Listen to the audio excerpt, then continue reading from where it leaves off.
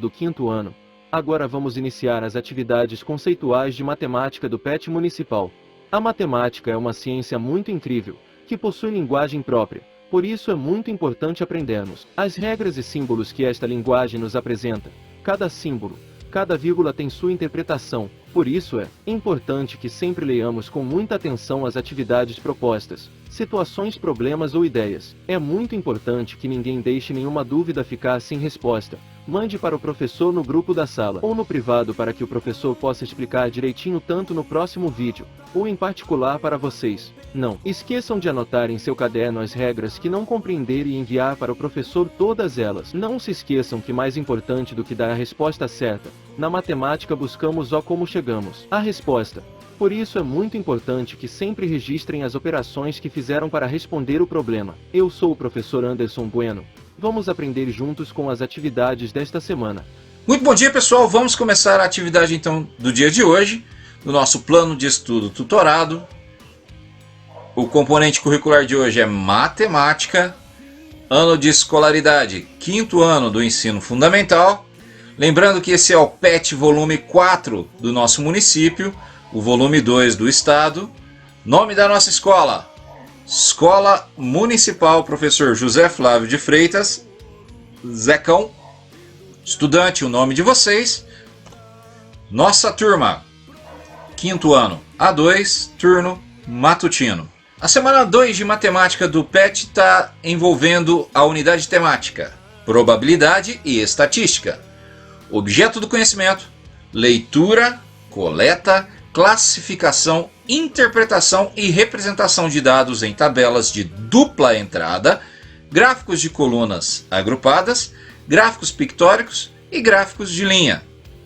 Habilidades envolvidas: ler e interpretar dados estatísticos apresentados em textos, tabelas e gráficos de colunas ou linhas, referentes a outras áreas do conhecimento ou a outros contextos, como saúde e trânsito, e produzir texto com o objetivo de sintetizar as conclusões.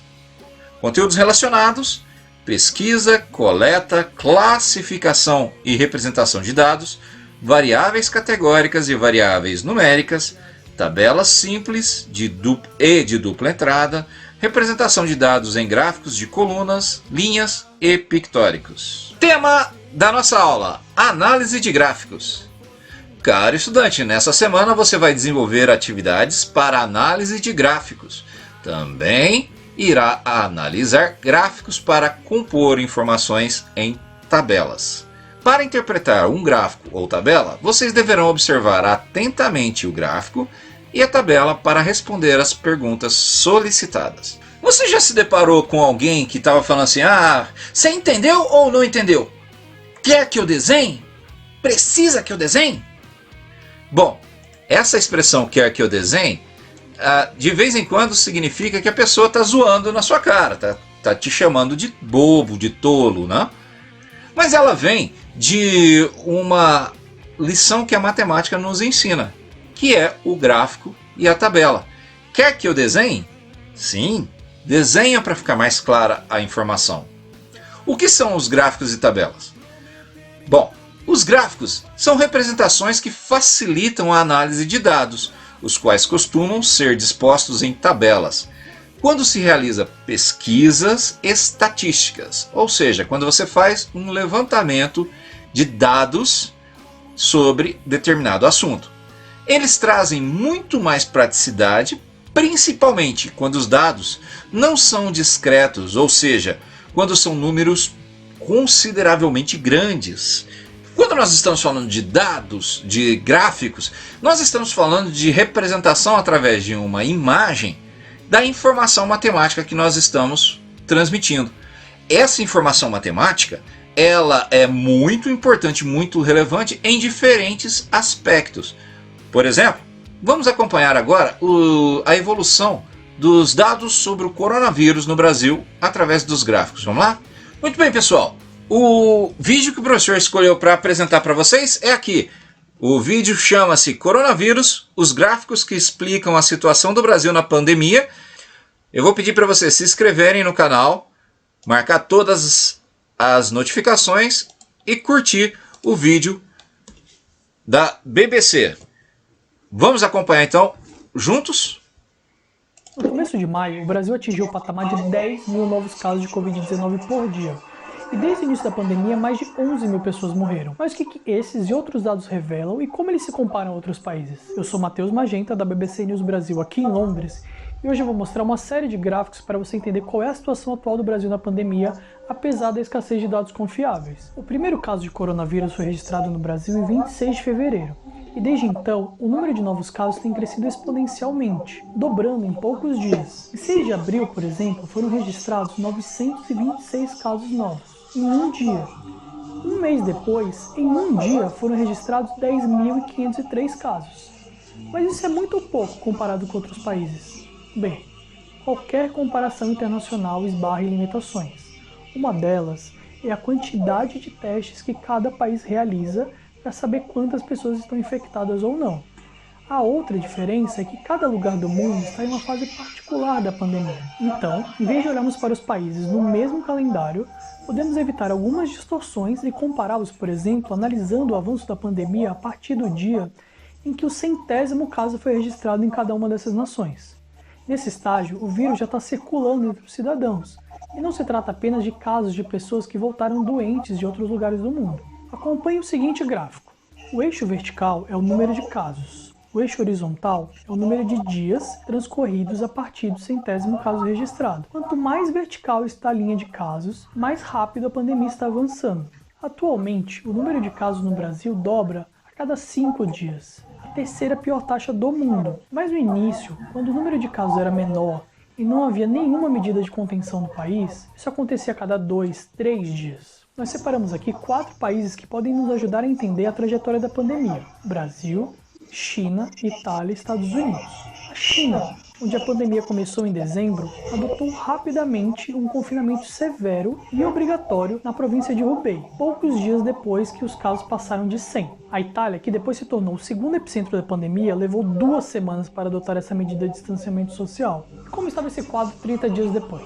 Bem, os casos cresciam aceleradamente no Brasil e nos Estados Unidos, país que se tornou o terceiro epicentro da pandemia. A essa altura, a China já havia conseguido conter o avanço da doença e a Itália começava a controlar a situação. E 20 dias depois disso, mais ou menos hoje, os Estados Unidos e a Itália indicam ter estabilizado a pandemia. A China praticamente não registra novos casos e o Brasil, a trajetória ainda aponta para cima. Ou seja, o número de casos ainda cresce, mas de forma mais lenta que no início da pandemia. Segundo especialistas ouvidos pelo BBC News Brasil, isso acontece porque a maioria dos estados brasileiros adotou medidas que conseguiram frear o espalhamento da doença, mas não a ponto de fazê-la recuar. Mas isso é só uma tendência e pode melhorar ou piorar a depender do que acontecer no Brasil e da qualidade desses dados usados para essas análises. Para entender mais precisamente o que de fato está acontecendo, recomenda-se testar a população em massa. O Brasil, no entanto, tem enfrentado uma série de dificuldades para ampliar sua capacidade de realização de testes, como o problema de gestão e uma demanda maior do que a capacidade de análise dos laboratórios. Outro problema é que o Ministério da Saúde não sabe informar direito quantos testes foram realizados ao todo no país, na rede pública e privada. Mas para ter uma ideia, até o dia 20 de abril, segundo o governo brasileiro, a rede pública de saúde do país havia realizado 132 mil testes ao todo. Nesse mesmo 20 de abril, os Estados Unidos realizaram 140 mil testes em 24 horas, totalizando 4 milhões de testes. Se compararmos levando em conta o tamanho da população, o Brasil apresentava naquele 20 de abril uma taxa de 0,63 teste a cada 1.000 habitantes. Os Estados Unidos, 12,2. Mas afinal, sem teste suficiente, como saber quantas pessoas estão infectadas no Brasil hoje? Há alguns estudos em andamento para tentar responder isso. Um deles é coordenado pela Universidade Federal de Pelotas. E segundo os pesquisadores, para cada caso conhecido, há 12 não notificados. Isso significa que o nosso número real de casos pode chegar a mais de 1,5 milhão, segundo essa projeção. Lembrando que, em geral, mais de 80% dos casos são leves ou sem sintomas. Outro indicador importante para entender a situação atual da pandemia no Brasil, o que pode acontecer com ela, é o número de mortes. O coronavírus já matou ao menos 11 mil pessoas no Brasil até o começo de maio. Eu disse ao menos porque especialistas afirmam que a identificação da causa da morte também sofre com subnotificação, mas em menor grau que o registro de pessoas infectadas. O auge diário até agora se deu em 8 de maio, com 751 mortes. Nesta data, o Brasil era o 6º país com mais mortes, mas o Brasil tem a 6ª população do mundo. Então, se colocarmos na conta o tamanho da população, o Brasil aparece em 10º na lista de 10 países mais afetados pela pandemia. O Brasil tem 3,5 mortes por 100 mil habitantes. Mas é claro que temos que levar em consideração que a epidemia chegou bem antes em países europeus com menor população, e as mortes em alguns desses países já ultrapassaram o pico.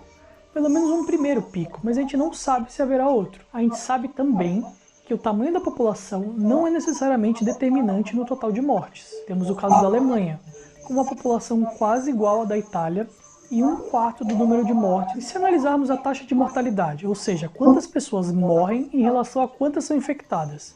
Primeiro, vale lembrar que essa taxa tende a ser menor em países que fazem mais testes na população. O Brasil aparece em 7º, com 7 mortes a cada 100 infectados. A Itália aparece em 4º, com 14 mortes a cada 100 infectados. Os Estados Unidos, em 9º, tem 6 mortes a cada 100 infectados. Dentro do Brasil, essa taxa também varia bastante de um estado para outro, de 9,1% no Rio de Janeiro a 1,5% em Roraima, por exemplo. Isso sem contar a diferença entre os dados oficiais de mortes por Covid-19 no Brasil e os registros de mortes feitos em cartório, um outro indicador de subnotificação. Bem, mas se esse dado é tão pouco confiável por causa da variação do nível de testes realizados, você pode estar se perguntando então por que comparar. Uma das razões é que essa subnotificação não muda muito ao longo do tempo. A outra é que essas grandes variações podem revelar ações que deram certo, que servem de lições, ou servir de ponto de partida para entendermos por que houve um fracasso tão grande em determinadas regiões. Enfim, de modo geral, os especialistas estimam que a taxa real de mortalidade da Covid-19 fique entre 1% e 3%, ou seja, a cada 100 pessoas infectadas, até 3 morrem. Mas qual é o perfil dessas pessoas que perdem a vida por causa do coronavírus no Brasil? O Ministério da Saúde divulgou uma análise sobre 1.985 mortes, e seguem mais ou menos o que se viu em outros países.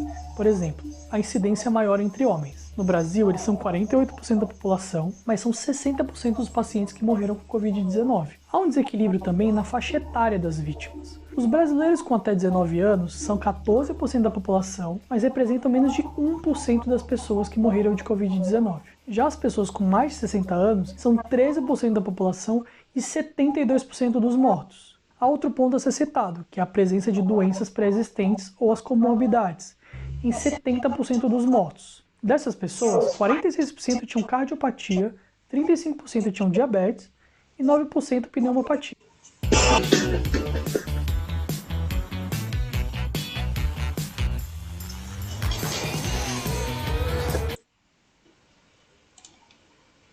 Comorbidades, em 70% dos mortos. Dessas pessoas, 46% tinham cardiopatia, 35% tinham diabetes e 9% pneumopatias. Os dados do Ministério da Saúde também mostram disparidades de raça ou cor de pele.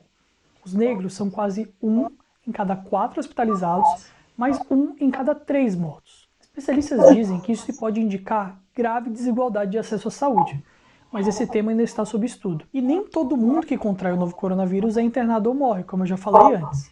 Em geral, a cada 100 infectados, 83 se recuperam, 15 precisam ser internados e 2 morrem. Mas esses números variam conforme o lugar e a fase da pandemia.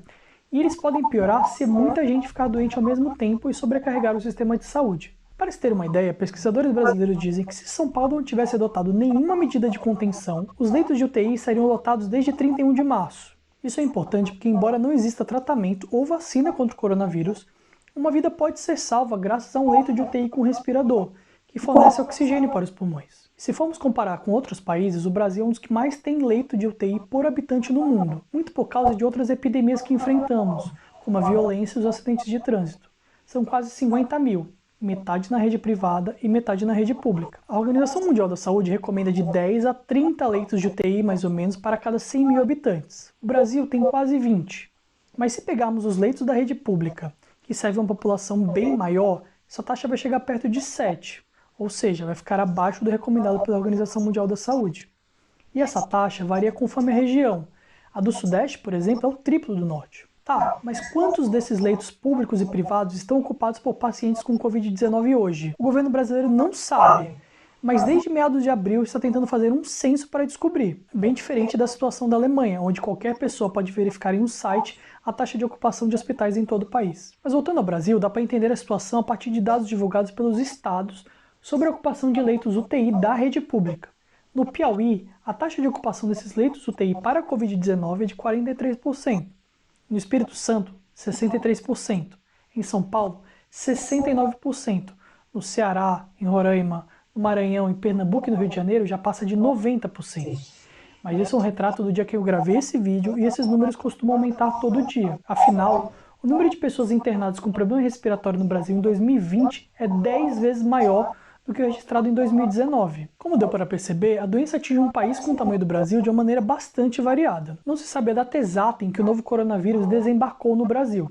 Mas desde então, ele se espalhou pelo país, primeiro pelas rotas aéreas entre as capitais e principais centros urbanos, e depois pelas rodovias que interligam as cidades brasileiras. Para se ter uma ideia, no dia 28 de março, todos os municípios brasileiros com mais de 500 mil habitantes tinham casos da doença.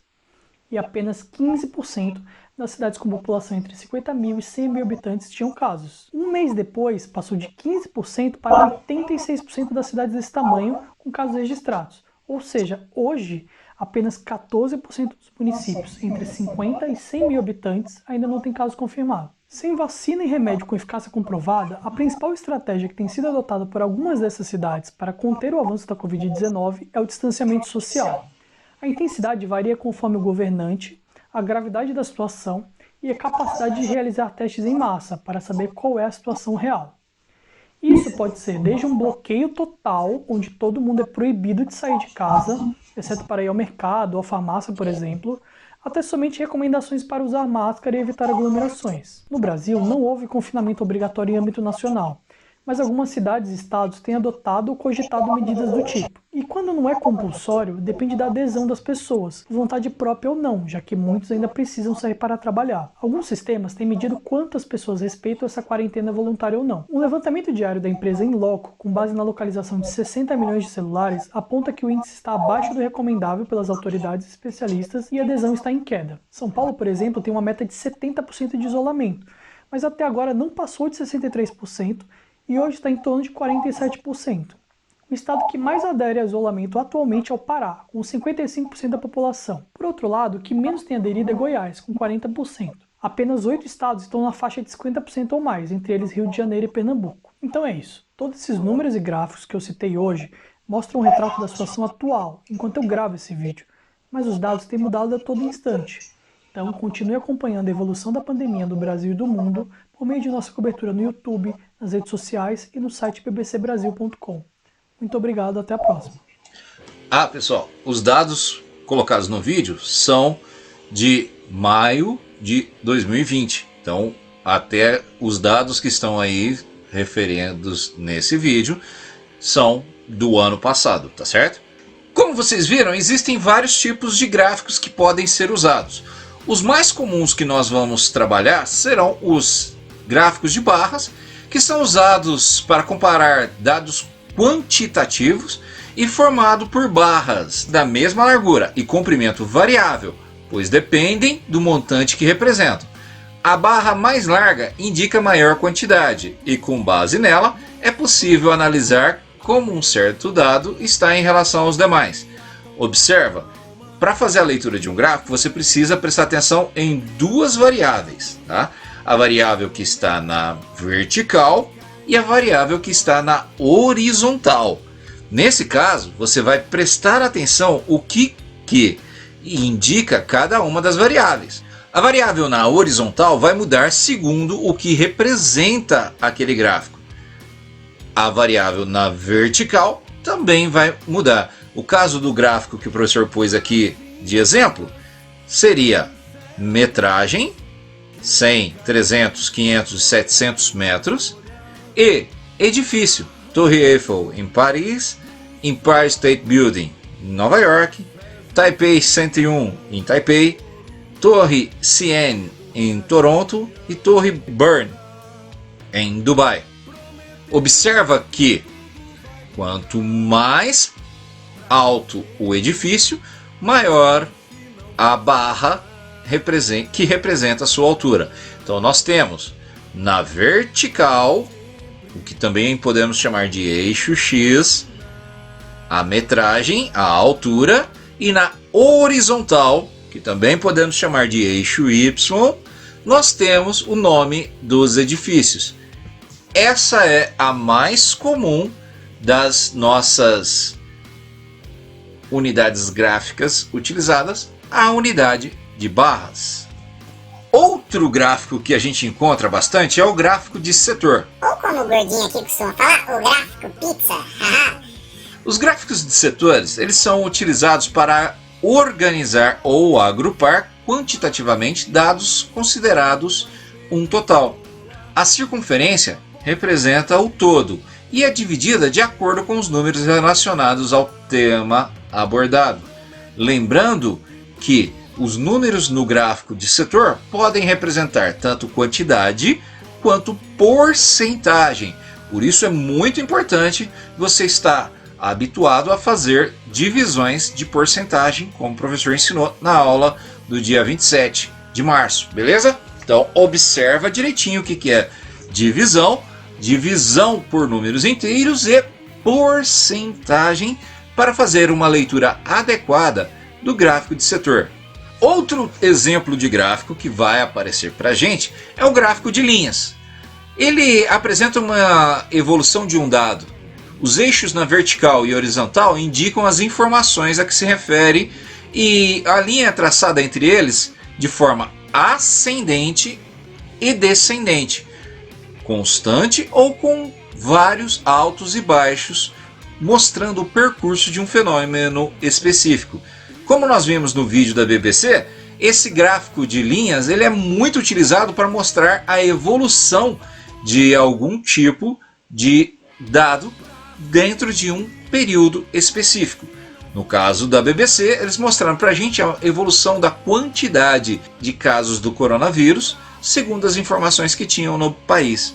Observa que o gráfico de linhas ele é muito útil e aparece demais nos nossos telejornais hoje em dia. Vamos aprender a lê-los?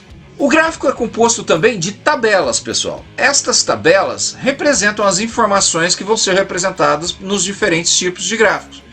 Nós temos a tabela simples, que é usada para apresentar a relação entre uma informação e outra, como por exemplo aqui nessa tabela que o professor selecionou, o produto e o seu preço.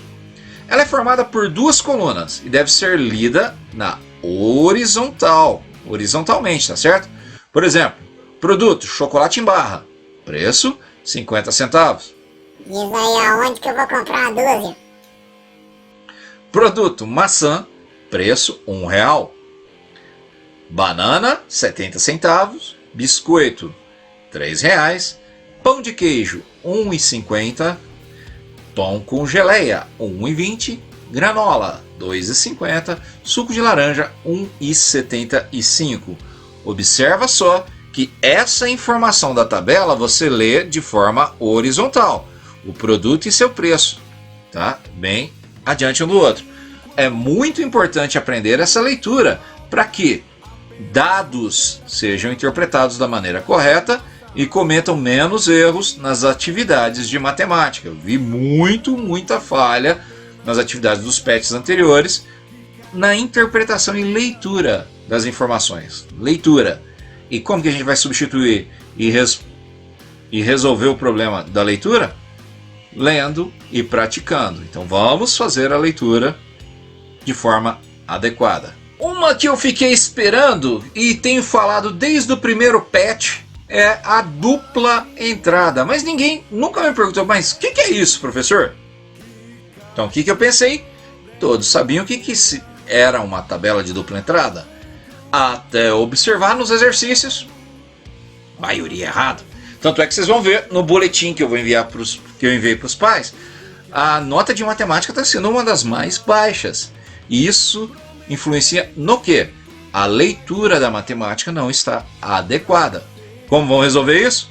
Trabalhando com a leitura e interpretação dos dados na matemática. Uma tabela de dupla entrada ela é útil em 2 ou mais tipos de dados, como altura, peso, sobre um item. Olha o nome lá, por exemplo. deve ser lida na vertical e na horizontal simultaneamente para que as linhas e as colunas sejam relacionadas. Por exemplo, André tem a altura de 1,10 m e o seu peso 35 quilos. Observa que a legenda na parte de baixo está dizendo metros para a altura e quilos para o peso. André tem 1,10 m de altura e 35 quilos de peso. E o João, 1,05 m de altura, 28,5 kg de peso. Marcos, 1,10 m de altura, 33,5 kg de peso. Paula, 1,12 m de altura e 34,5 kg de peso. Raquel, 1,20 m de altura, 40 kg de peso. Renan, 1,30 m de altura, 31 kg de peso. Sandro, 1,10 m de altura e 32 kg de peso. Para representar essa tabela em um gráfico, você pode criar um gráfico usando o nome da criança no eixo horizontal e sua altura no eixo vertical ou peso no eixo vertical, podendo criar dois gráficos diferentes para representar as informações dessa tabela. Por isso é chamada de dupla entrada. Beleza? Pessoal, então vamos ver se vocês entenderam realmente o que são os gráficos nas atividades de hoje. Vamos lá?